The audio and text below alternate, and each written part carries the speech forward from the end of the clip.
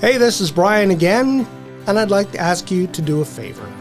We can't do this work without people like you, so if you can, please like, share, subscribe, tell your friends about Bring Back the Porch. That original building had been built in 1998, and it was built as a 11 beds, which means 11 people can sleep there. When we started the renovations, we had up to 30 plus people sleeping there in the same physical blueprint. So we were really bursting at the seams. And so when we started doing initial exploration work, we realized there was a few things we also needed to bring up to code. We needed to put in a fire suppression system. We needed to add ramps, wheelchair, barrier-free bedrooms on the main floor. And really our whole campaign was called It's About Basic Human Needs. And really what we were really trying to focus on is like, people need a place to come when they're in danger and in crisis and suffering trauma, and that we need to be the soft place for them to land. So we just wanted to create a space that was just that just gave them some dignity, and they could have their own bedroom with their own bathroom in it. One of the things that we never had before was their own bathrooms. They shared bathrooms, and so just simple things like that you really wouldn't think of, it makes such a world of difference. This episode of Bring Back the Porch brought to you by Bernie Leahy, River Street Realty. Let's get you home. And on this episode of Bring Back the Porch, I'm pleased to welcome Natasha Carvalho, the Executive Director of the Medicine Hat Women's Shelter, and Callie McGugan, who is the Communications and Fundraising Coordinator. Welcome to the porch. Thank you for having us. Now, we were talking before we started here that of all the services that are offered by the Women's Shelter, there's no charge for the clients. That's correct. Yes, but absolutely. That means you have a lot of fundraising to do. We do. That's what we're going to talk about today. Some of the ways that you help raise money to pay for the services of the Women's Shelter in Medicine Hat.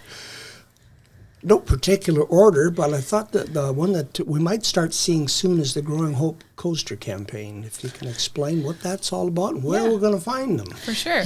So the Coaster campaign is an awareness campaign that we run, a little less centered on fundraising and a bit more on just getting some awareness of our programs and services in the community. So with these coasters, the goal is to get them out to local cafes, restaurants, places in our community that people will see them. So they're free of charge. We will bring them to the restaurants. And so they've got our messaging and then how you can contact us, and also a QR code on the back to donate. So that's one of the ways that we try to get the word out about our programs and services. How do people, if they want to have these in their establishment, how do they get a hold of you? They would email or call me. So, yeah. So they can call us at the shelter using our admin line, or they can email me as well. So. And when does this start? So we already have them out. Okay. So I think right now we have them at about 16 places, and we've given out about 3,000 of them. So, and we still have lots to give. So. Do you ever have a way to gauge how the message gets through? Do people say they contact you and say, I saw your coaster, I saw the poster? And It's a little bit harder to track that kind of awareness piece. If somebody were to donate using the QR code, then we could track that. But as far as how much awareness, it's a little bit harder to track that. Yeah, but it does put the Women's Shelter into the mindset for people too. Yeah, for sure. Sometimes people take pictures with the coaster if they're at the restaurant and tag us in it on Instagram or something, so then we kind of know that it's getting out there. Sharing it on social media, Yeah. sharing it with the community. 24 years now for the golf tournament. This has become an annual event, a highlight of the summer. I think it's in September. Yeah, so it's always on the first Thursday in September. So this year it's September 3rd at the Medicine Hat Golf and Country Club. And so you can register a team of 4 for $700 or an individual golfer for $175. Do I have to be a good golfer? No. Not at all. It's shotgun start, best ball. Oh, It's just you're fun. Shoot me right off. No, it's just a fun time. Just a fun time on the you're greens. definitely not. I mean, we do have some people who are competitive, for sure, but you definitely do not need to be a pro golfer in order to sign up for the tournament. Is it a best ball format? Yes, it is. So when I hit it into the river, I don't count that. And that's my favorite format. And we sell a lot of mulligans. Oh. Yes. Makes the day go pretty fun. There's no limit on the mulligans. Yeah. When can people register? There's a deadline? Yeah, so registration is already open. It's been open for about a month now. We have about a third of registration full. So people can register through our website or they can call in and we can get them registered as well. We take registrations pretty much up to the week of the tournament. So. Yeah. And how many people can you accommodate? 144 golfers is our max. So, Okay. yeah. And what do people get for the money that they donate here? I know that there's a lot. I mean, it's a jam-packed day, you know, the whole day of golf, and then our program to follow. So we do a dinner and then a silent auction as well. So. And I believe they get lunch as well Yes, once they they do get start lunch. the registration. Two Lunch meals, and dinner. Yes. round of golf, and all the fun you can have in 6 And we have a lot hours. of great sponsors who do the different holes, and so you can, you know, sample drinks and sample food samples, and there's Yeah. Swirl's ice cream truck somewhere out there too, Yeah. and so there's lots of fun things as you go around the golf course. And you mentioned the silent auction. That's all donated from people in Medicine Hat as well, I would imagine. Yeah, so local businesses will donate items or gift certificates, and we are still looking for donations for silent auction items if anyone is interested.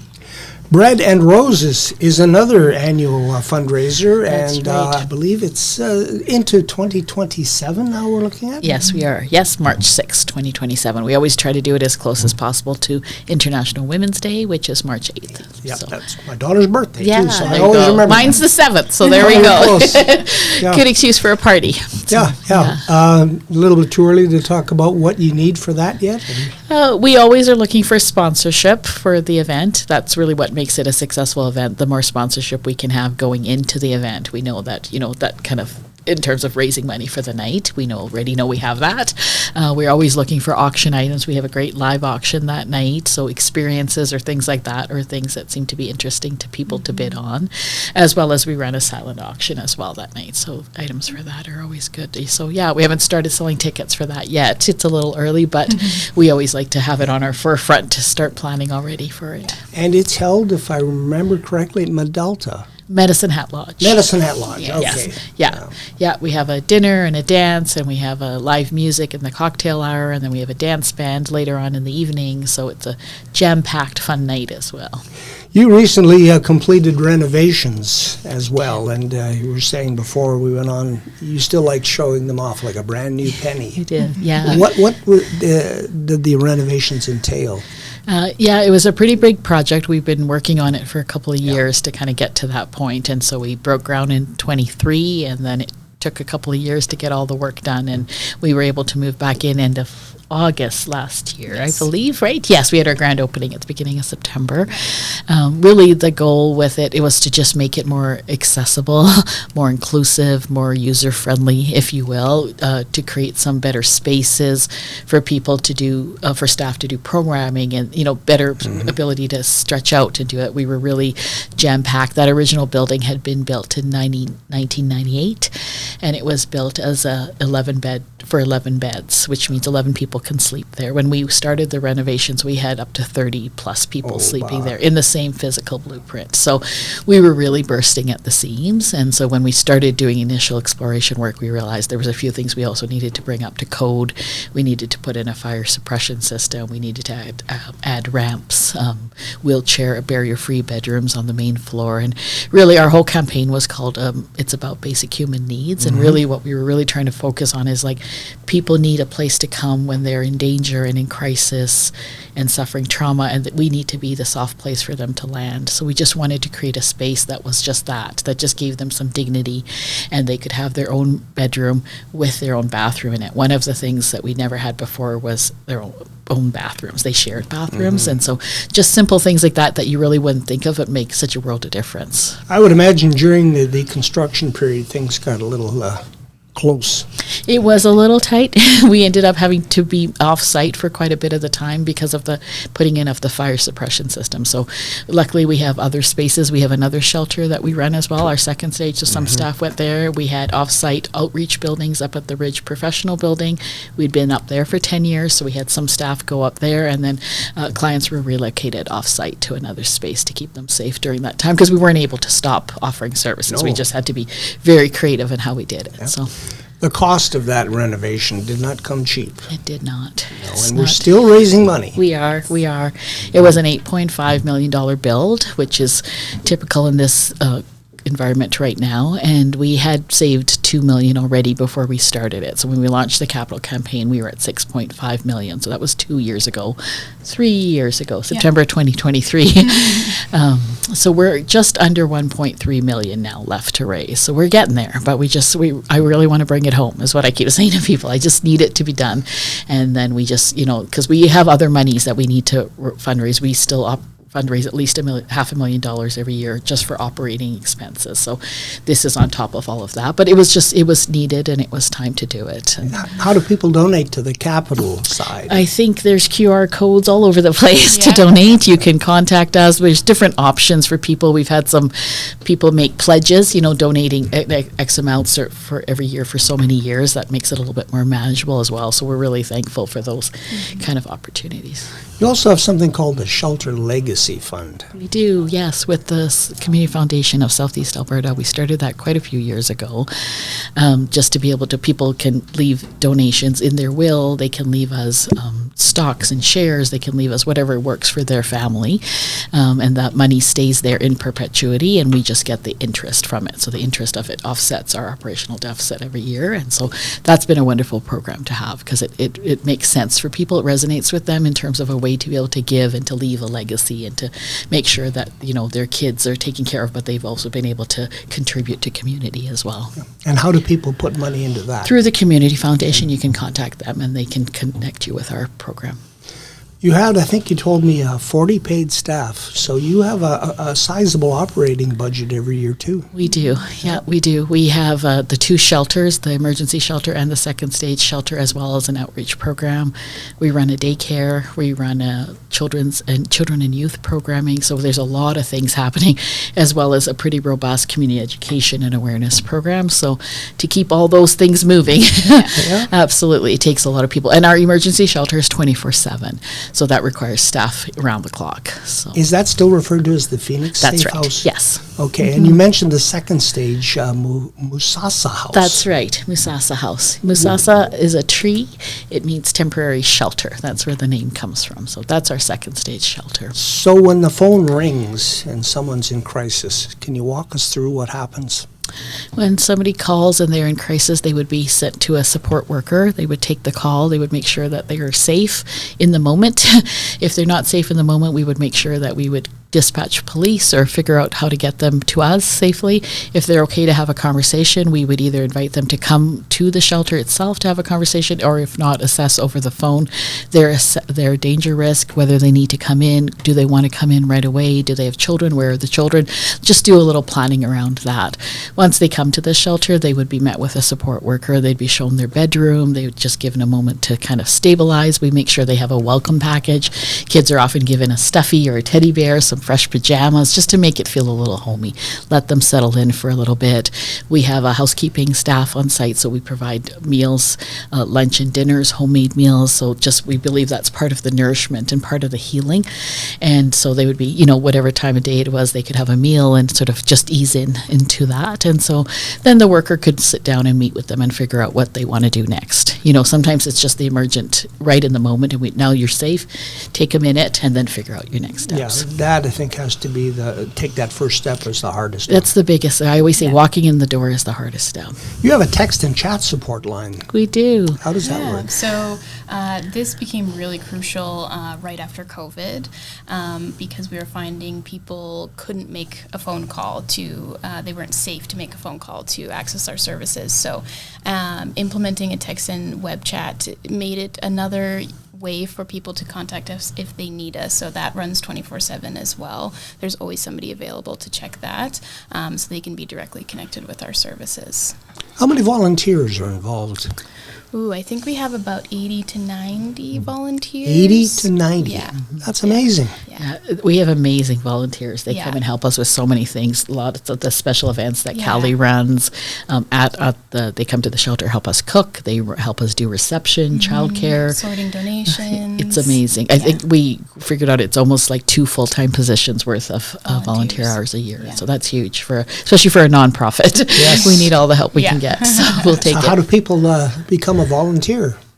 So to become a volunteer, the easiest way would be to go through our website, and there's a form that you can fill out, and that will directly connect you with our volunteer and donations coordinator. And they do a little interview process. It's a little bit different than most nonprofit organizations, just because we do have to do that background check, the police check, and the child intervention check beforehand. But yeah, the easiest way is to head to our website. Okay. You mentioned the children and youth programming. Can you go a little bit into more detail into what is involved? Because children are obviously in trauma at this time when they come in. Do you want to talk about some of the things you do? For sure. So for our childcare program, there's a few different areas in that. We have our daycare, our treehouse daycare, and so that is accessible to any of the clients accessing our services. So, if the parent needs to go for a doctor's appointment or court or something, maybe just needs a moment, they can have their kiddo in our treehouse daycare. And it's a really cool program because it's not just a daycare, they're also learning while they're with us. So they've got an age-appropriate curriculum that they follow in the daycare as well. It's very trauma-informed, trying to help them process those big feelings that they're having when they're staying with us. And then we also have our family support team, and so they are there to support the parents, whether it's, developing a bedtime routine or whatever kind of support that they need. We have the family support team there as well for that. How do your clients move through the system, though, once they've come in the door? They're not there forever. No, technically at our emergency shelter, the stay is 3 weeks to 4 weeks. But I don't know about you. I can't even remember what I did in the past 3 weeks, let alone come into a shelter and figure out how I'm going to change the rest of my life. So we are a little loose with that, and we flex it as needed. Part of the struggle also is there's just such a lack of affordable housing right now in our community, and so there's nowhere really for people to go. So people tend to stay with us a bit longer than they used to in years gone by because they're just struggling to find a space. So part of what's lovely is that we do have the second stage shelter on site. So if they feel like they still want to receive supports and continue with programming in that kind of environment, they are able to access the second stage if we have space there, and so they can move into the shelter there. And then that shelter, you have your own unit. It's a 2-story, 3-bedroom townhouse unit, so you have your own space for your family, and it's lovely because you can lock the door and feel safe and take care of your needs. And so families can live there for up to a year. So it gives them enough time to sort of get back on their feet and then really figure out, what do I need to do? Is it upgrading? Is it getting a job? What schools do I want my kids to go to? All those kind of things. They can actually sort it out. And while they're there, they're receiving programming daily and working with their worker as well. Room to breathe and to Absolutely. think. Absolutely. At a So very important. traumatic time in your life. Exactly. You have students from Medicine College who also come in and help on a practicum basis. Yeah, we love our students. We get students from the social work program, child and youth care. We've had some nursing students in the past. And so it's a wonderful way to sort of grow our profession as well and to give them the opportunity to learn about what this work looks like at a really hands-on kind of organic level, and then, bring in their knowledge from what they're learning at school and make it applicable to sort of what they're doing. And many times we've been able to hire those students on as part-time workers or things like that once they're completed their time and done their practicums. So it's a good way to kind of keep it going. Yeah. We mentioned the Coaster campaign. There's another awareness program that you run as well in the high schools, I believe, the lunchtime awareness. Yeah, so our community education program kind of focuses on that prevention piece. So we have a lot of programs that are focusing on crisis, but we want to also try and prevent the need for our services. So with the community education program, we do presentations for K to 12. We can tailor it to any age group. And our Lunch and Learn program specifically, we go to high schools and middle schools once a month and just do a quick kind of session over the lunch hour. It's very low low pressure. They can come do a trivia question or a fun little activity, but then they're also learning about our services and know how to access them if they need. So the younger that we can teach these kids, you know, what a healthy relationship looks like, then maybe they won't need our services in the future. So Boys and young men, Absolutely. as well as young ladies. yeah. Absolutely. And we're a gender inclusive shelter, so it doesn't matter what you are. We're happy to, if you're fleeing family violence, you know, come on in. We want to support you. Yeah. All right. Anything else that you wanted to talk about before we wrap up for the day? I think we touched on a lot of things. I'm hoping we covered all our topics. But yeah, we really just appreciate community support. I think that's one of the greatest things about running a shelter in this community is community steps up when you need them. And we know we can count on them for our different events and for, like we said, volunteering and all the different things. So we do really appreciate Medicine Hat does have a big heart. that. They do. Absolutely. Your website is probably the best place to send people. For sure. So our website is mhwss.ca. All right. Natasha Carvalho and Callie McGugan, thanks for the visit. Thank you so much.